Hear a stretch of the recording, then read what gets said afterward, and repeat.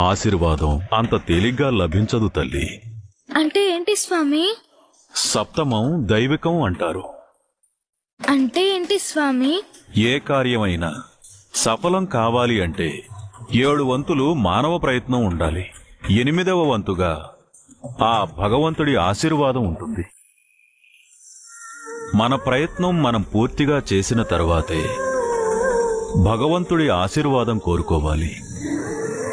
భగవంతుడి ఆశీర్వాదం ఎంత బలమైనదో మానవ సంకల్పం కూడా అంతే బలమైనది.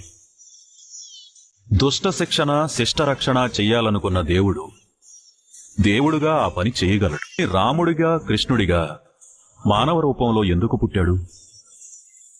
మనిషిగా పుట్టి మనిషిగా సంకల్పించి మనిషిగా దుష్ట శిక్షణ చేయడానికి మనిషి యొక్క సంకల్ప బలం ఎంత గొప్పదో మనకి తెలియచెప్పటం కోసమే